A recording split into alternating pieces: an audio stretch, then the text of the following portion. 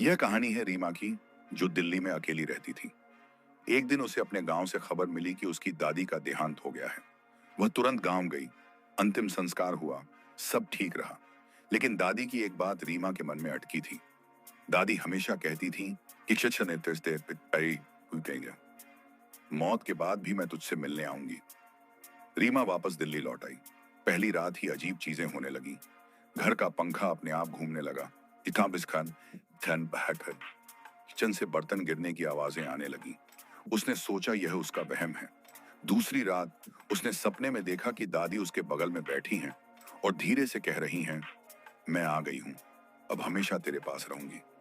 रीमा चौंक कर उठी, लेकिन कमरे में कोई नहीं था। तीसरी रात अचानक बिजली चली गई।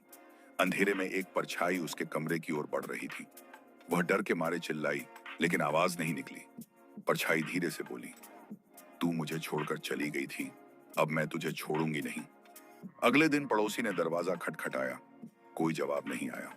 पुलिस को बुलाया गया। जब दरवाजा तोड़ा गया तो रीमा की लाश बिस्तर पर थी।